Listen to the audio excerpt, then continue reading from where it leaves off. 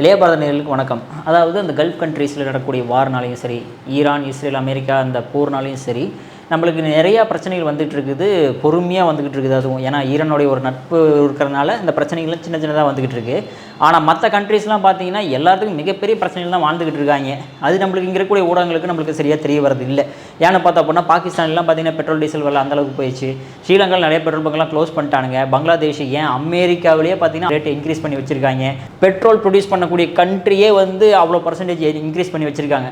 ஆனால் இங்கே நம்ம இந்தியாவில் பார்த்தீங்க அப்படின்னா பெட்ரோல் ப்ரைஸும் சரி, டீசல் ப்ரைஸும் சரி இன்க்ரீஸ் ஆகவே இல்லை. முக்கியமாக டீசல் அப்படின்றது வந்து நம்ம எல்லா விஷயத்துக்குமே யூஸ் பண்ணக்கூடிய ஒரு விஷயம் நம்மளால் பார்க்க முடியும்.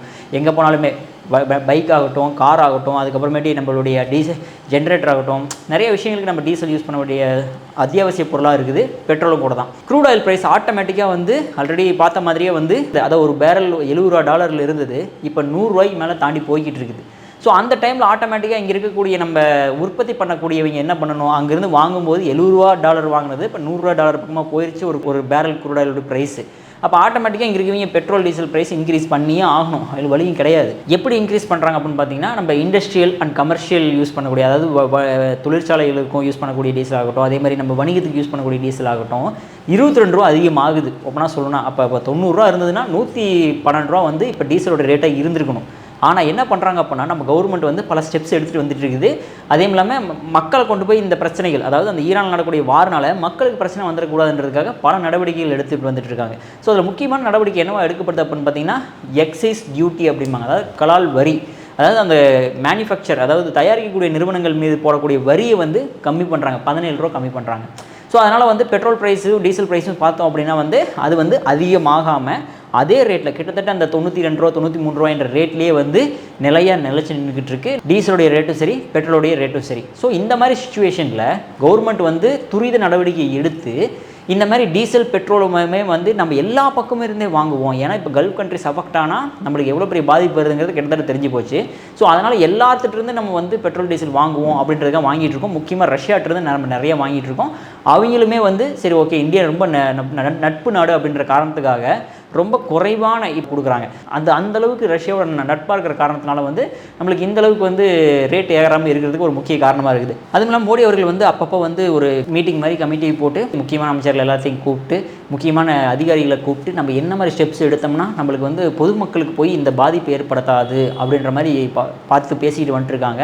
அது மட்டும் இல்லாமல் நம்ம இப்போ ரீசெண்டாக நம்ம ஈரான்லேருந்து பல எல்பிஜி கேஸஸ் கப்பலாகட்டும், பெட்ரோல் டீசல் கப்பலாகட்டும், அந்த கப்பல் வந்து இப்போ ரீசெண்டாக இப்போ 2-3 கப்பல் எக்ஸ்ட்ராவே நம்மளை விட்டுட்டாங்க. இருந்தாலுமே சில கப்பல் வந்து அங்கே வந்து ஸ்டக்காகி தான் நிற்குது. ஸோ அதையுமே வந்து கொண்டு வருவதற்கான நடவடிக்கை எடுத்துக்கிட்டு இருக்காங்க. ஸோ இதுக்கு முக்கிய காரணமே வந்தோம்னா ஈரானோடைய நம்ம நட்பு உறவு கொண்டாடுறதுனால தான். அதனால தான் வந்து ஈரான் வந்து நம்மளுக்கு மட்டும், நம்மளுக்கு இல்லை ஒரு சில கண்ட்ரீஸ்களுக்கு மட்டுமே வந்து வரி போடாமல் ஓகே நீங்கள் கப்பல் எடுத்துகிட்டு போங்க அப்படின்ட்டு. ஒருவேளை அவனும் வரி போட்டு அங்கேருந்து அந்த கப்பல் நம்ம எடுத்துகிட்டு வந்தோம்னு வச்சுங்களேன், அதுக்குமே வந்து இங்கே இருக்கக்கூடிய பெட்ரோல் டீசலோட ரேட் இன்க்ரீஸ் ஆகிறதுக்கான வாய்ப்புகள் அதிகமாக இருக்குது. ஏற்கனவே வந்து சிலிண்டர் விலை வந்து ரொம்ப தட்டுப்பாடு அதிகமாக இருக்கிற காரணத்தினால ரேட்டை வந்து $200 பக்கமாக ஏற்றிருக்காங்க. அதே மாதிரி பெட்ரோல் டீசல் விலையும் அதிகமாகிடக்கூடாதுன்றதுக்காண்டி வந்து எவ்வளோ நடவடிக்கை எடுக்க முடியுமோ அவ்வளோ நடவடிக்கை வந்து இந்த சென்ட்ரல் கவர்மெண்ட், அதாவது மோடி தலைமையிலான அரசு வந்து நடவடிக்கை எடுத்துகிட்டு இருக்குது. எதனால் இந்த அளவுக்கு முக்கியமான நடவடிக்கை எடுக்கிறாங்க அப்படின்னா, பெட்ரோல் டீசல் நம்மளுக்கு சொல்லவே தேவையில்லை. ஒரு அன்றாட வாழ்க்கையில் முக்கியமான ஒரு அத்தியாவசியமான பொருளாகவே வந்து இப்போ பெட்ரோல் டீசல்லாம் மாறிடுச்சு நம்மளுக்கு. ஸோ எங்கே போனாலுமே சரி, இப்போ முக்கியமாக அந்த நம்ம ரேப்பிடோ, ஊபர் இந்த மாதிரி ஓட்டுறவங்களாகட்டும், அதே மாதிரி நம்மளுடைய சுற்றி இருக்கக்கூடிய எல்லா ஆலைகளாகட்டும், எல்லா விஷயங்களுக்குமே நம்ம பெட்ரோல் டீசல் இல்லாமல் ஒன்றுமே பண்ண முடியாது. ஒரு இடத்துல இன்னொரு இடத்துக்கு போகிறதுனாவே வந்து முக்கியமாக பெட்ரோல் டீசல் தேவைப்படுது.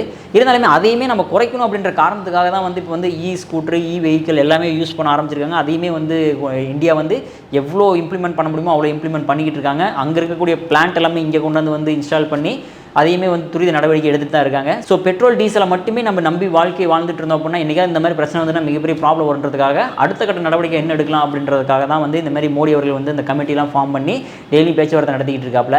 இப்போ ஈரான், இஸ்ரேல், அந்த அமெரிக்கா வார் வந்து இன்னும் மேற்கொண்டு வந்து போர் அதிகமாக போகிற மாதிரி தான் தெரிய வருது. ஏன்னா நாளைக்கு வந்து உனக்கு கடைசி நாள், உனக்கு அவ்வளோதான் பாரு, சங்கு ஊத போகிறம்பார் அப்படின்ற மாதிரி ட்ரம்ப் அவர்கள் பேசிக்கிட்டு இருக்காரு.